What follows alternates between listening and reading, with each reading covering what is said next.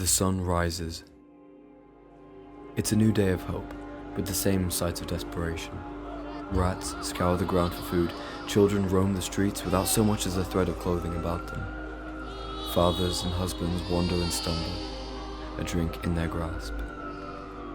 The streets are a place of disposal and waste. Education, food, clean water, and a father figure are all but a dream to those dwelling in this slum. For over 1 billion people around the world, these truths ring true.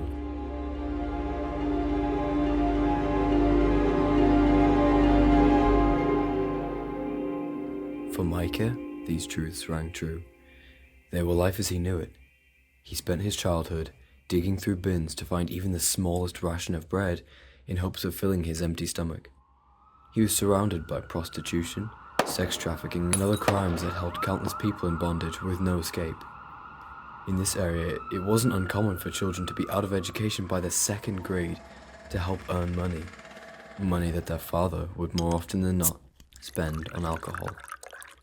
Micah and his mother were left alone when his father died of alcoholism. And in his 6th grade, he found himself shouldering the responsibilities as the new head of the family. The daily struggles and addictions each day holds for a child living in the slum had been his own. A pastor that had been circulating the area arrived at Micah's household one day.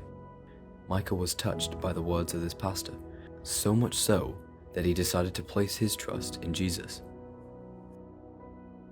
As Micah endured life in the slum, he soon came to be the head of his own family. His wife Priscilla came to live with him in the slum, joining him in squalor and desperation. She knew not the dialect, nor was she prepared for the conditions in which she would be living. This way of life was a foreign one, and one that instilled fear within her. Nevertheless, she stood faithfully by her husband. Whilst redemption in Christ brought a freedom within his heart, it did not free Micah and his family from the poverty in which they lived. The same struggles that he encountered since he was born still antagonized him to the point of mental collapse. Micah considered ending his life. But he knew he could not leave his family in the place that he himself dreaded, so he chose to press on.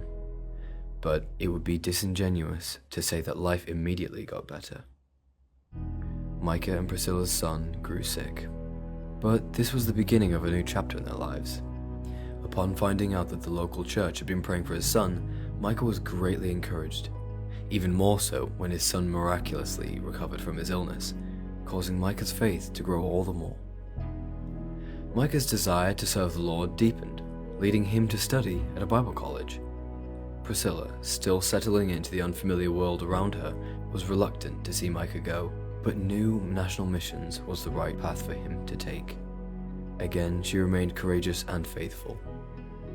2 years later, following his graduation from Bible college, Micah willingly returned to the slums in which he had suffered all his life to begin work as a national missionary. It was in fact Priscilla who encouraged Micah to return to the slum for ministry. She knew the pain and the sorrow that Micah had experienced in this slum, and knew that he could in turn relate to those living there and serve the people more effectively. She was right. Seeing the children still without clothes and without food, Micah sought out various ways to provide them with all the support they needed. Through his sacrificial service, always helping those most in need of it, Micah managed to establish 3 local churches and would rise early each morning to walk through the slum and pray for those in his community. Priscilla began to play a vital role in ministering to women, as they were far more likely to open their doors to her over Micah. She gradually grew in confidence provided by the Lord, looking to him for support as she walked the streets alongside her husband. Because of his understanding of slum life more than other national missionaries, he could share God's love far more with people living in that area. As he gained respect by those around him, more people gradually opened their doors to him and allowed Christ's love in. An area which had heard little of Christ's love before soon became a place deeply impacted by the love of God.